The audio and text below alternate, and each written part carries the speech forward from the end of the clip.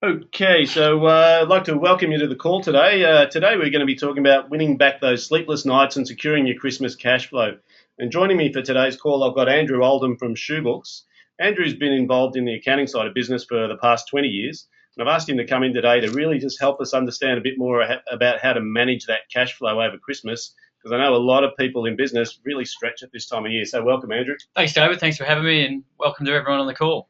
Excellent. So let's just talk a bit about this whole idea of Christmas cash flow. And one of the things I often say to business owners is before we talk about Christmas cash flow. And by the way, if anyone's got any questions during the webinar, please feel free to jump online and type in some questions in the question box. We're going to be going like a bull at a gate to try and get through this info today, with our main objective to make sure that the business owners that are on the call understand how they can collect cash quickly. So the very first thing I like to talk about with cash flow is what's called money mastery. And I think one of the typical symptoms I see in small business is they leave their money, their whole money problem to the accountant or the bookkeeper, and they're so focused on building the business, they actually don't understand what's going on with the cash flow until there's no money left in the bank. So one of the reasons that they do this is because when someone in business is presented a P&L or a balance sheet, they just see numbers, and really it doesn't make much sense to them at all. And the reason behind that is because there's probably one part of the equation missing, which is the budgeting side. The analogy I use for this often is, is a speedo important in your car? I'll ask people this question: is a speedo important in your car? And most people say, yeah, it is. I say, why is that? Oh, so you drive safely, and it's actually that's not the reason for a speedo.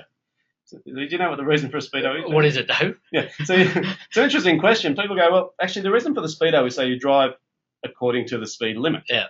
But if there wasn't a speed limit, would a speedo be important?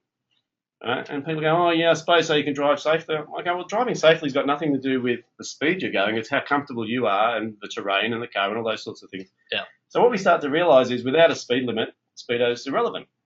And it's the same in business. Without having a budget, the reporting doesn't mean anything. So if I told you that we made 7 mil this month, would that be good? Well, it sort of depends, doesn't it? Yeah, exactly, yeah. Depends on what I'm referencing to. If I'm BHP, that's terrible. Yeah. Right, if I'm David Guest business coaching, that's probably a great month. Yeah. So we need to have a budget. And I think this thing about being scared of numbers that business owners have, it's a false fear, because I think, and you'd probably attest to this as well, is once you know what your numbers need to be, then all of a sudden the reporting makes sense.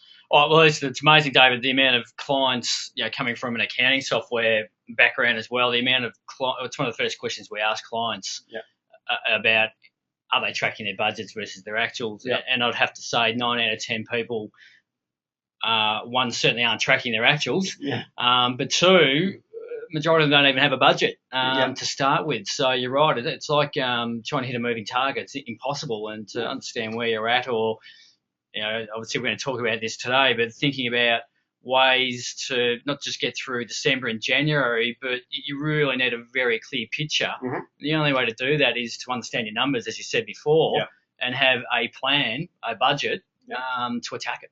Yeah. So really, and when people look at budgeting, they go, oh, that means expense tracking, that means this and that and the other. It's actually simpler than that. Yeah. It's just a number. Yeah. It's a goal. It's a thing that you're aiming for. And if I said to you, well, 7 million, that's what we did this month, your first question would be, well, what's your budget? Yeah. And I'd say, well, 6. Yeah. And you'd say, well, that's awesome. Right?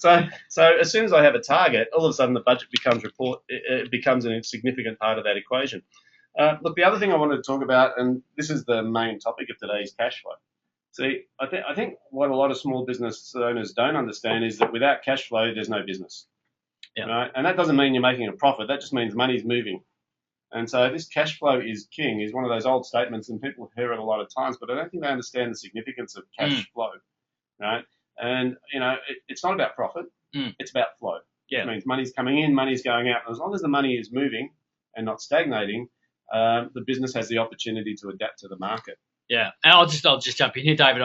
It's been a topic of mine for the last probably 8 weeks in some of the blogs I've been writing and those sorts of things. But I'll relate it to a story I had on the weekend with my neighbour.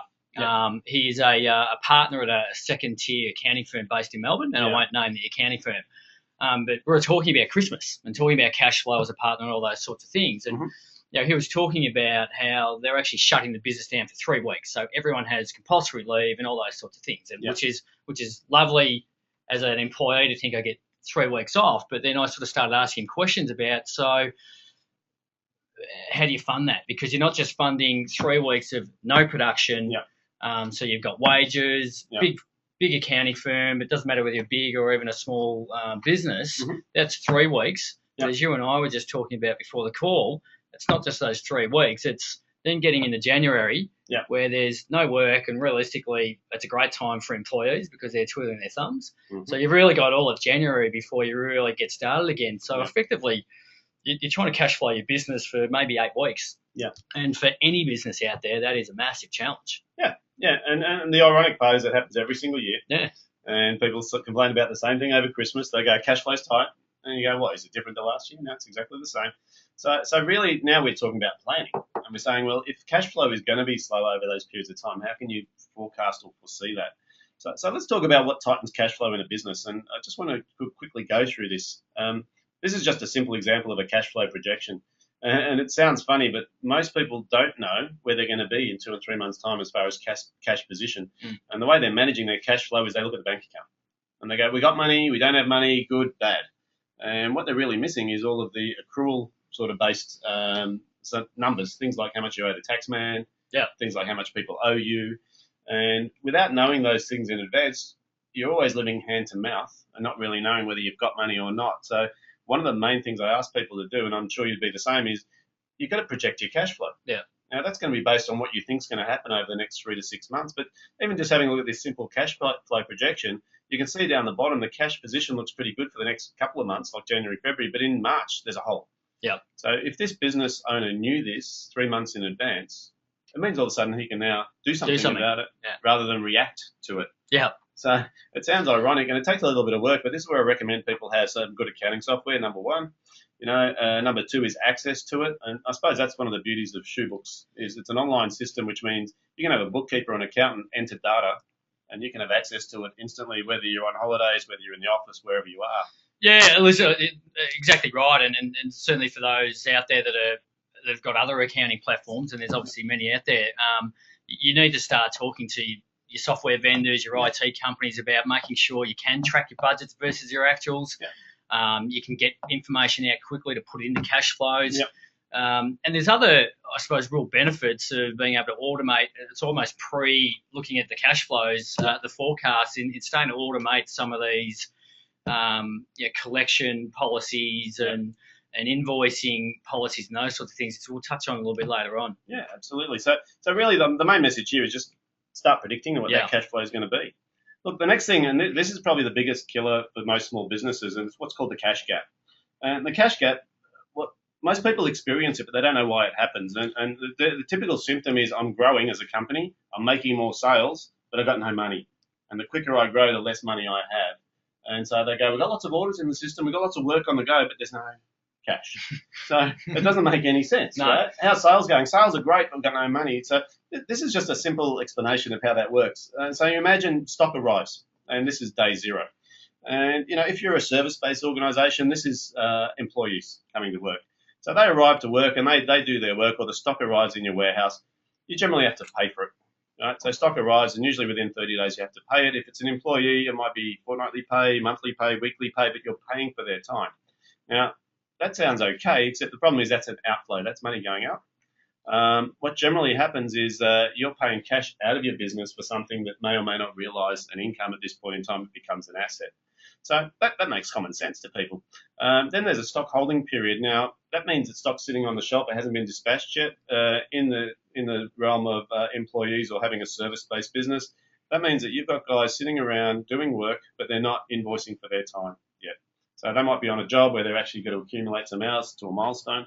So you're actually paying for these people to do their work, but you're not getting any cash in. So you can see this cash gap starts to occur. But here's the irony. The day that you invoice for the employees for the services, or the day that you dispatch the goods, usually send an invoice out. Now, that invoice generally goes up to 60 days. And some people scoff at this and say, well, 60, we get 90. Yeah.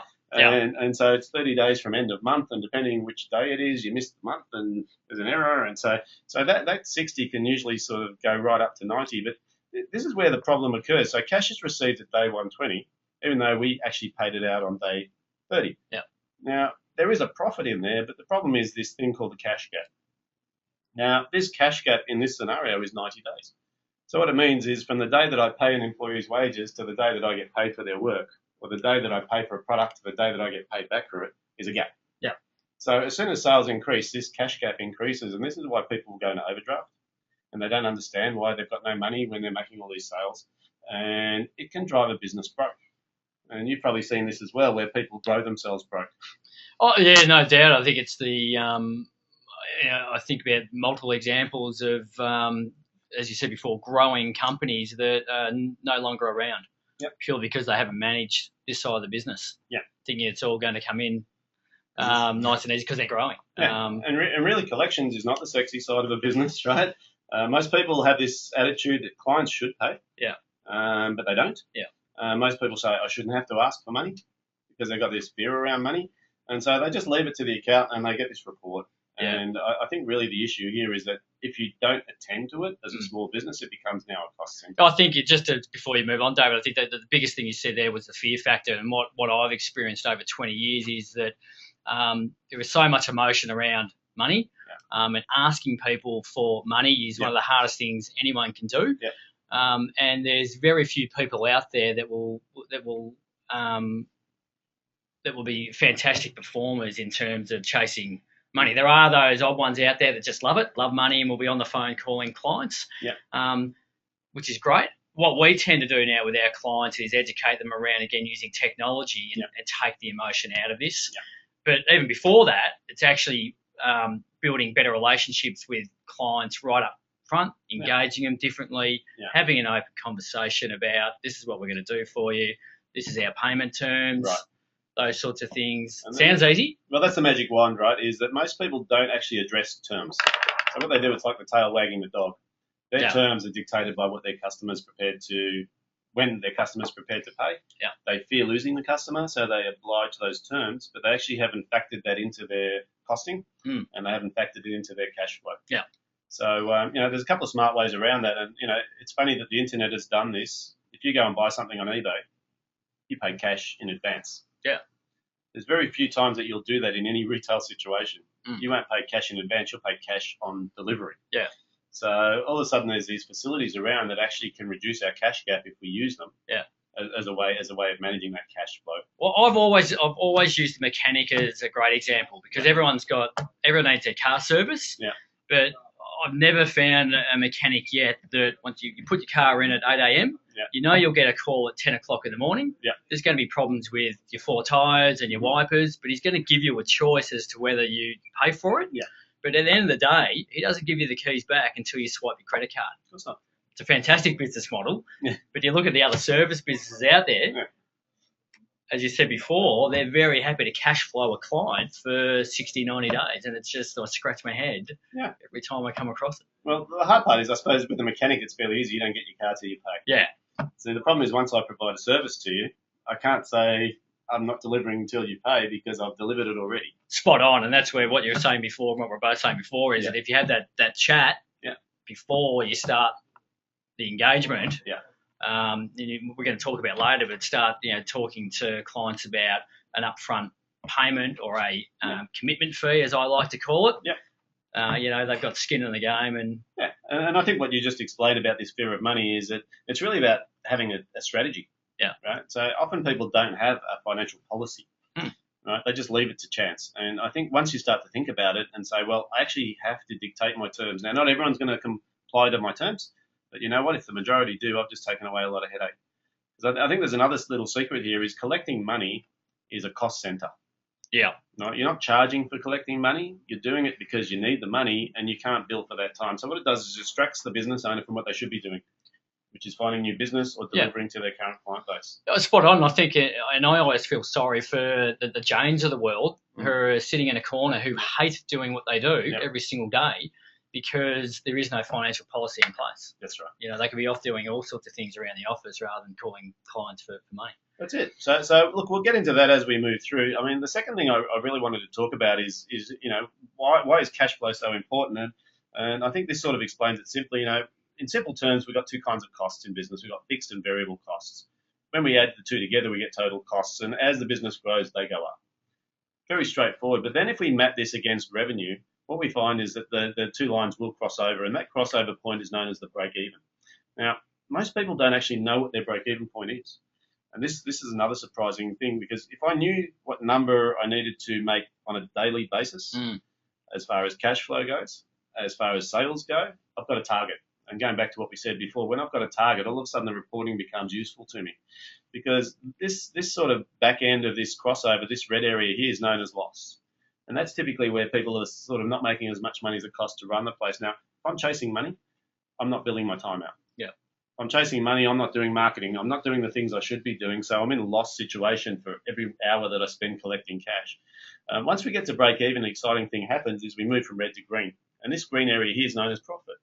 Now, the reason I sort of bring this up is because a lot of the small business owners don't realize that the more we sell, the more profitable we are as a percentage, right? And the reason this happens is once we cover our fixed costs, so wages, rent, all of those things, everything after that is a high profit sale. But if I'm being held back because I need to chase money, I'm actually dropping my revenues because I'm wasting time. So going from break even to profitability, there's quite a significant shift in actual profit that people take home from a cash flow perspective. Yeah. The thing I ask people to aim for is I say, what's the maximum utilization? And this is another thing about setting a goal. See, most small business owners don't look at what could I be doing if I'm not chasing money. So if I said to a business owner, if you're a service provider, I say, well, how many hours could you bill out a week? A typical person says, well, I could do 40 if I didn't have to chase people. All right, so how much would you make in that situation? Well, they'd make X number of dollars. And then we say, well, everything that you're not making between what reality is and what the potential is loss. And it's generally 90% profit. So I often ask people to find out what their maximum utilization point is, and that should be the goal. Now, anything that interrupts you getting there, which includes debt collection, which includes chasing money or chasing invoices or whatever it might be, it's just going to take away from your profit. Yep. So it's not just that you don't have the cash, it's actually that you're losing the time as well. Yeah. Excellent. So let's really talk about the specifics. We're moving into Christmas. We've got sort of almost 60 days between now and Christmas. And, one of the reasons I asked you to come in today, Andrew, is because your experience with how to attack this in a short period of time.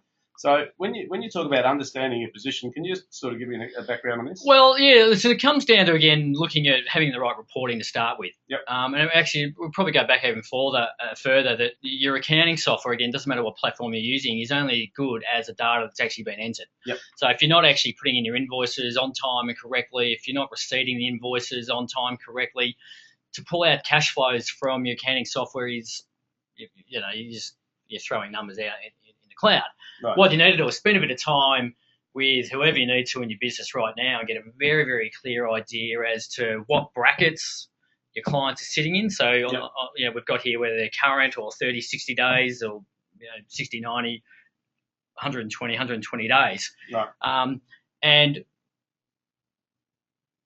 start with the low-hanging fruit. Now, the low-hanging fruit, I mean, are the people in the current and current up to 30 days. Right. If you've got clients that are sitting in even 60 days plus, they're in there for a reason. Yeah. And they're in there because they're either they didn't see the value in what you provided them. Yeah.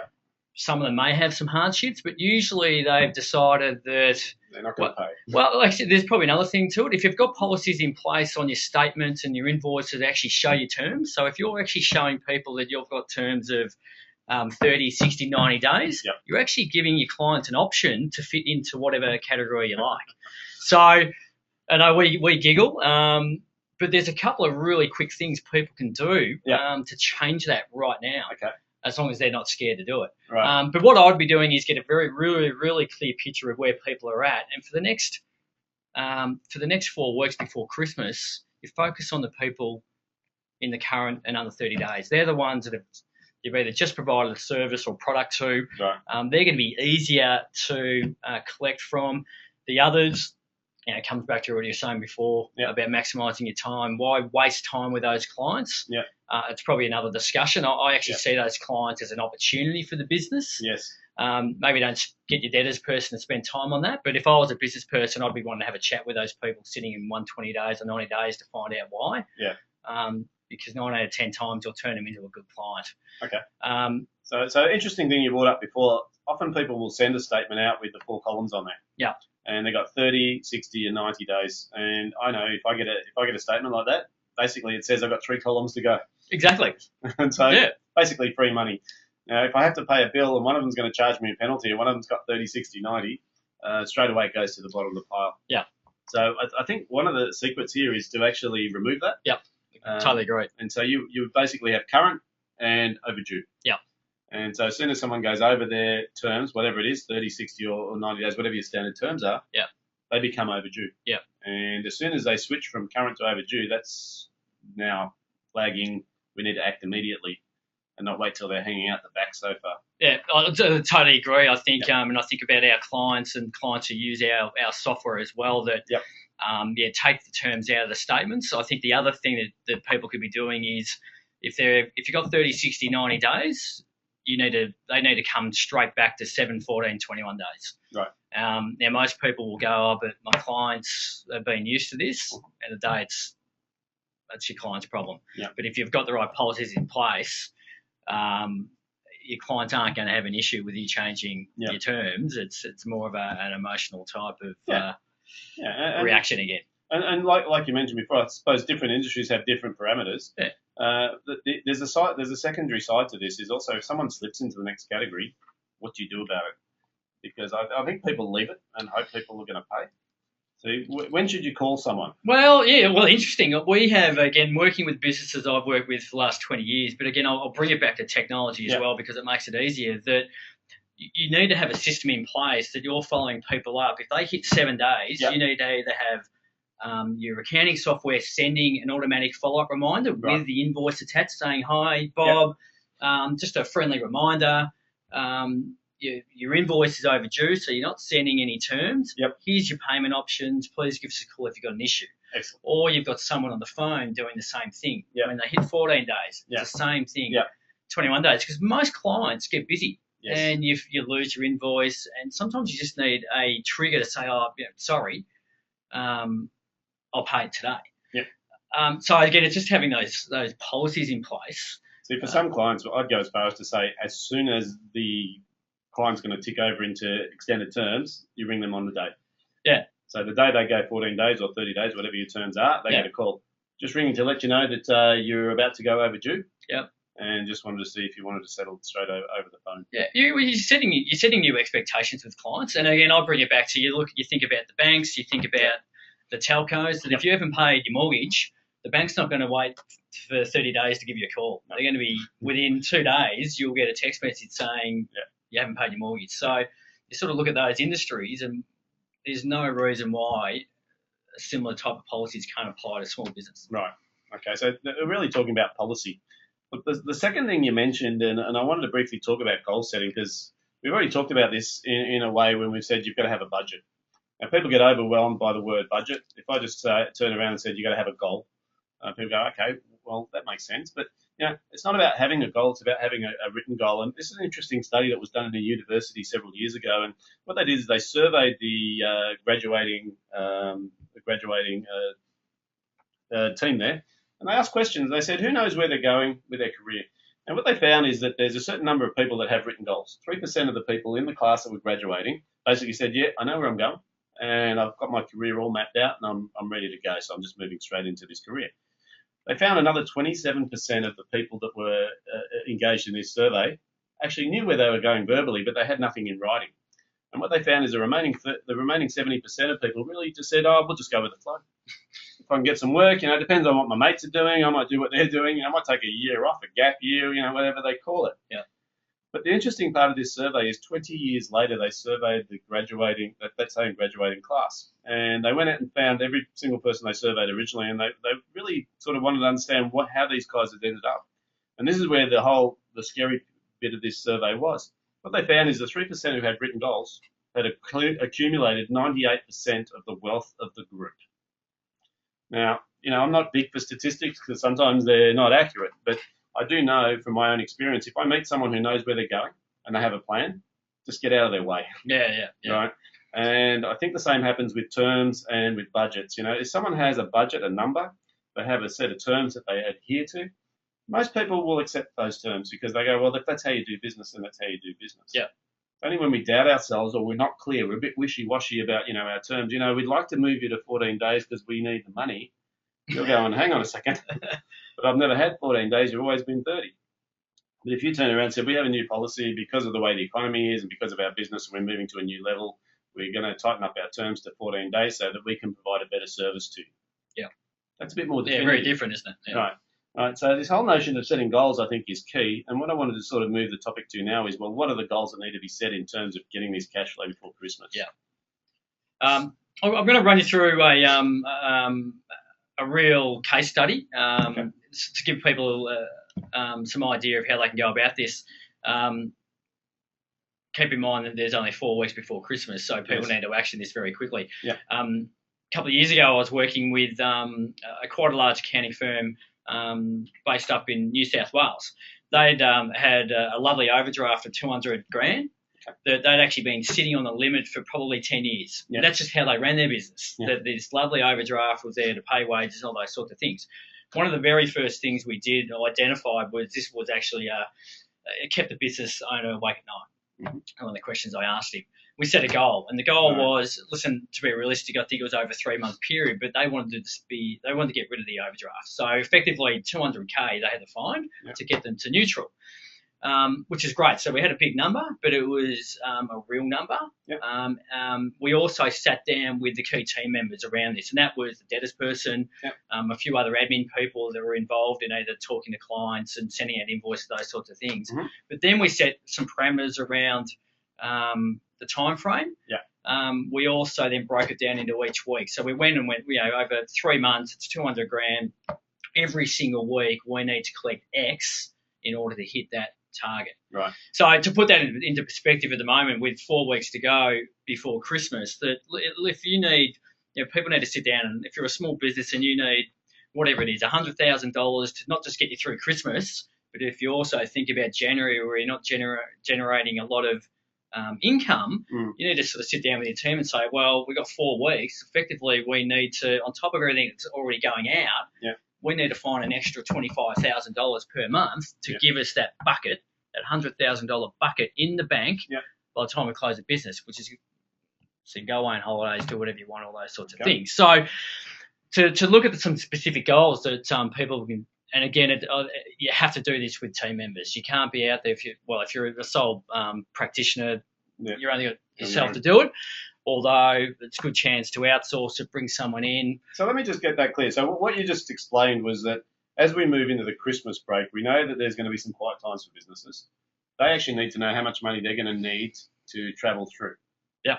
And that should be part of their goal, the collections. Yes. So that they actually aren't just collecting what's outstanding, they're actually collecting based on what they need. Yeah, exactly right. It comes back to your cash flow forecast. They need to see that I need $100,000 that will get me through X period. Okay. So, and that can be done quite quickly and quite simply. Yeah. Again, you just need to have a plan. I suppose once you've got a number, and even if it's more than what you've got out in billings at the moment, well, at least you've still got a number to work to. You say, okay, so we need to work out a creative way, either get people to prepay, to actually find some new business, to sort of do something where we can bring that cash flow. Well, listen, we've got a few things on the screen there that certainly you're going back to breaking it down per day is actually a great way to do it. You can have your weekly targets of whatever it is, $10,000, but then have your team focused on we need to collect $2,000 today. Yeah.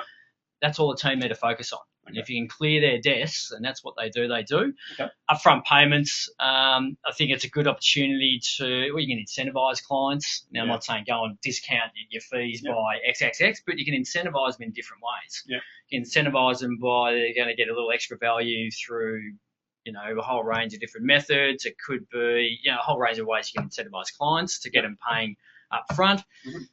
It's a good way to build new policies for next year anyway, but as soon as you get used to asking clients for this, and I call it a commitment fee because it means your client has actually put skin in the game, they get used to it. So they know they pay up front for you to start doing something, and then it could be an interim bill or it could be another 50% on completion. Yeah. So again, you're not moving. I'm going to give you another 30 days. But upfront payments is a great way to do it because you can start booking work for January. A good way to incentivize clients to say, give me upfront payment. I'll have your work done by the first week of Jan. How does that suit you? Yeah. So you can certainly and a lot of people don't even consider upfront payments because they're used to the mindset of I'll pay when I get my delivery. Yeah. So it's really not that people will or won't pay upfront. It's a question of whether you're willing to ask. Spot on. Exactly right. And I think it's surprising how many people will pay upfront if you ask. And the incentive could be that we can commit to a definite delivery date. We can get the guys lined up. We can prepare in advance so that when we roll out, we're actually ready to go. Yep. It could be potentially a discount or it could be a value add. So if you pay up front, we will give you X amount extra. Yep. There's so many reasons. And really, when you think about cash flow, I'm willing to give a discount for cash flow. Most people would be. So because it's a cost of money. Yeah. And like you say, if someone's got an overdraft, they're paying interest on this overdraft. Yeah. So if someone's paying in advance, that's the expected saving that I can pass straight back. Yeah, exactly. Yep. The last one we got in here is weekly direct debits, and I've used this in nearly every business that I work in. And you can be direct debits or whether it's a direct credit card debit, whatever it is. But the amazing thing is that when you start talking to clients, not just about your new policies, but if they've got their own cash flow issues, they'll jump at direct debits because one, they know that every month there is whatever it is, $90, rather than getting a nice big bill at the end of whatever sort of service business it is after the engagement's finished. They sort of know that, a big invoice is coming, but there's nothing like getting that invoice and going, how am I going to pay for this? Rather than going, you know what, if you're going to do all of this for me every month, I'm happy to pay you every month. All of a sudden, you can go away at Christmas knowing that each day there is going to be something hitting your bank account. Yeah, what's interesting about this? The insurance companies picked up on this a few years ago because I know most insurances used to be annual. Yeah. Right. And if you wanted to pay monthly, they charged you extra. Yeah. For admin fees. What they started to realise is it caused this blockage every year when insurance was due and you looked at it, it was a big number, and it would force people almost to go and get quotes. As soon as they moved to monthly billing and not charging any extra for monthly billing, everyone goes, oh yeah, that's so much better for my cash flow. Yeah. But now all of a sudden there's no anniversary date to renew. Set and forget. So people get used to these fees being recurring sort of fees and they almost become invisible. So this weekly or monthly or fortnightly direct debit is a brilliant way to improve cash flow. It's fantastic. Business. And I think moving into 2014, most businesses need to think about how they can bring in that policy for all clients. Yeah. Because it is cash. You can put in your cash flow forecast that money will 99%, unless the client leaves, will be hitting your bank account. Yeah, so all of a sudden you've got predictable income. Exactly. Fantastic. All right, let's talk about a few more. We've talked about collecting collections for the week. Yeah, so again, this is where the team really come into this, where you can, and I like to use whiteboards for teams, so it's great having a discussion with the team and setting some goals, but there's nothing like having your targets when they walk into every single day, so they can sort of see what they need to collect each day or each week. Yep. The current debtors, again, I'll bring it back to low-hanging fruit. Is that reducing? It's a great chance to make notes or, I just couldn't get on the time, need to call him again tomorrow or those sorts of things. Invoices sent per week. So, we're talking about cash flow. Yeah. And we're talking a lot about collection at the moment, but there is nothing like actually getting invoices to clients on time. Yeah. Having a platform that can do that. Again, as you said, off Shoebooks being cloud-based, you can be invoicing not just from anywhere, but we've actually got a feature in there that will send out invoices automatically for you. So again, technology is sort of working for you. Yep. But as long as they're going out, and again, countless stories. Yep. I've got one. The electrician, we just moved in an office in Cremorne. Yep. The electrician still has an invoices for work he did 6 months ago. Yeah. And we keep asking him for the invoice. One, because we're scared about what the invoice is. Yeah. But two, we sort of go, how are you running a business if you haven't invoiced us? That's crazy. Yeah. So invoices going out, and again, the debtor days. So, and I just want to go back to invoices being sent because most tradespeople have this is one of their major problems is that they don't invoice until they go back to the office, they register the work, they put it into the system, and then they send an invoice. Now, this can be anything like 2 to 3 weeks sometimes, or sometimes actually never. Yeah, and they forget what they've actually done. Right. So there's a double-edged sword there because as soon as I send that out to a client, the longer it is between when I did the work and send the invoice, the more they're going to question what I did. Yeah. So the capacity to actually invoice on the spot, That's huge. is now available. And anyone who's not doing this, where they're actually out on the client site and they go, just finish the work, I just need you to sign off here, and an email goes out, or a credit card gets transacted immediately. Well, I was going to say, if they take it the next step and actually ask for the payment on the spot, receipt it, send a receipted invoice to the client, and you're done. Yeah, so it sounds simple. It does. So let's talk about why it doesn't happen, right? What happens? What stops people doing this? Well, I think it comes back to what we said right at the start. Is it's that emotional reaction in someone's brain that doesn't want to ask for money. So you either don't value your own services, or you've got an issue with money yourself, which stops you. There's a barrier there. What I like when I've got new clients, thinking about implementing different, and they're always scared about doing it. I get them to pick friendlies. Go out and build your policies. Go out, test it with your friendlies. You'll get a feel for your own scripting and those sorts of things. And all of a sudden, it becomes a habit. You break your old habit. You create a new habit, and all of a sudden, you're asking clients all the time for. So I think it's like any change, and as a coaching organisation, we deal with change a lot, and people resist change. They're in their comfort zone. They're quite happy with what they're doing. You ask them to change, and around money, it's emotional, and they get fearful. So if we embrace that change and say, well, this is just the way we're going to run business in the future. This is how we're going to deal with our clients. And like you say, you get a few friendlies that actually go, well, if that's the way you run business, that's fine. So you've got confirmation now. But the trick is to be strong on this and set a policy and follow it. Exactly. Now, debtor days you've got down here is another interesting one. What is debtor days? Well, debtor days, it's effectively going back to the couple of slides before, where you had it's effectively your cash gap. Right. Most organisations you walk in and they'll be sitting at 45 to 60 days debtor days, which effectively means you're cash flowing your clients for that period of time. Again, a good goal is to set. Again, if you've got those longer terms in there, that if you're sitting at 45 days debtor days, that set it to get it down to 30. Don't be unrealistic with your goals. Certainly with Christmas only 4 weeks away, but start chipping away. And if you're a type of business that can move to upfront payments and direct debits, go on to your debtor days. Go on to your issues. But it's another really good goal to set, but you also need to track it. So here's an interesting point. You mentioned the whiteboard, you mentioned the numbers. See, to me, debtor days is easy to measure. It's a number, right? It's either going to be 45, 50, 47, whatever the number is. If I check on that every week, I can actually tell if we're improving or going worse. Now, what you said is right. I think people need to get to a point where they're actually payment in advance or payment on delivery, which means there's no debtors. Now, some businesses that's realistic. Some businesses it's never going to happen. So if it's possible, that should be the longer-term goal. And the short-term goal should be just reducing debtor days. And again, I think going back to, as we said, if you're sitting at 30, 60, 90 days, just moving your policies to 7, 14, 21 days and having follow-up processes in place is going to reduce your debtor days. And the ones that don't pay you, maybe it could be time to say goodbye to them. Exactly. Very good. So you mentioned team before, right? Now, I think team is important because often business owners are looking at cash flow as their problem, not the team's problem. Team gets paid wages regardless. So why is debtor days, or why is cash flow their issue, and how do we make it their issue? Well, I think the team, like any business, are the ones that are actually in the production line. Right. So most times the business owners are off doing what they do and don't really understand whether there's bottlenecks in systems, whether there are actually some issues with team members, whether there's issues with clients and team members.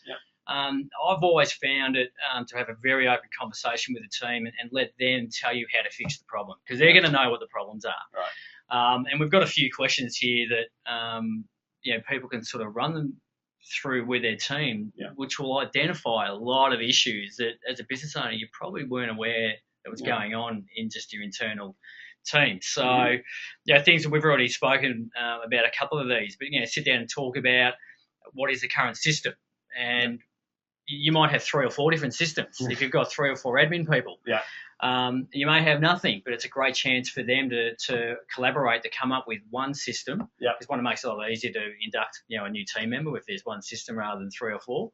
But 2, get them all on the same page.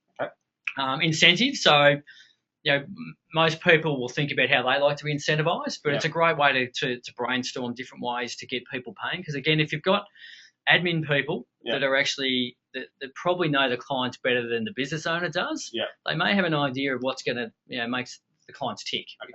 Those sorts of things. Could be a voucher to the movies. It could be awesome. So really what you're saying is get the team on board, get them engaged, give them some sort of incentive to help you. Exactly. So we're all shooting the same way. Incentives are good.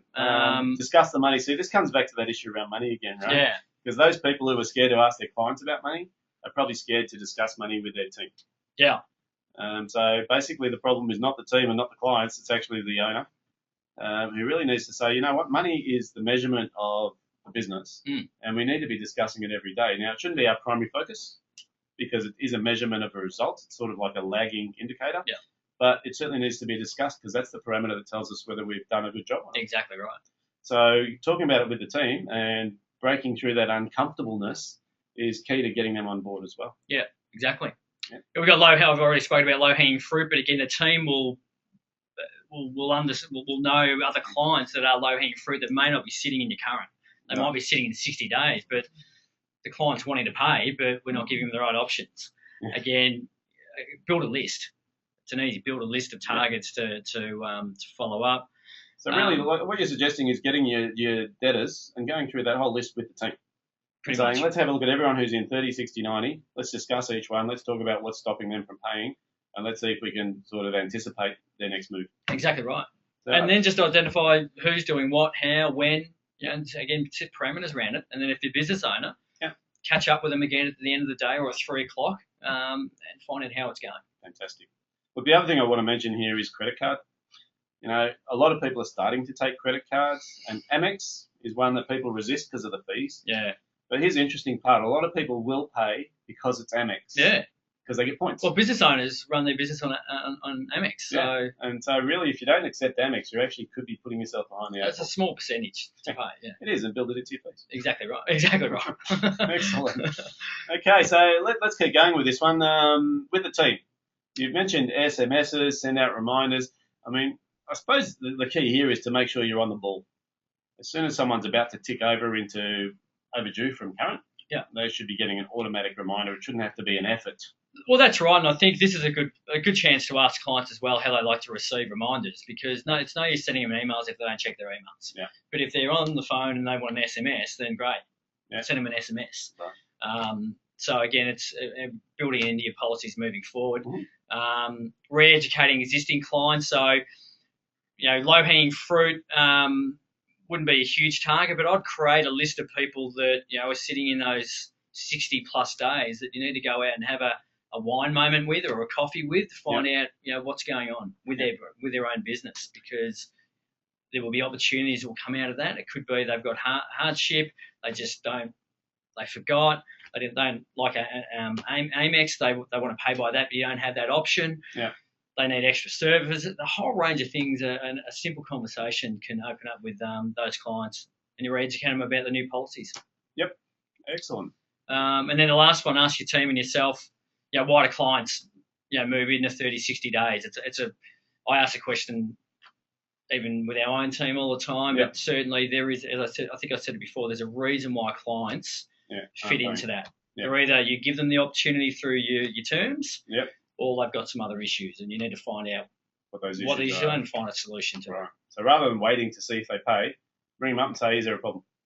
That's as easy as that. Right. Because if it is ironic that if you got paid on time for everything, you would actually provide a better level of service, because you wouldn't be wasting all that time chasing money.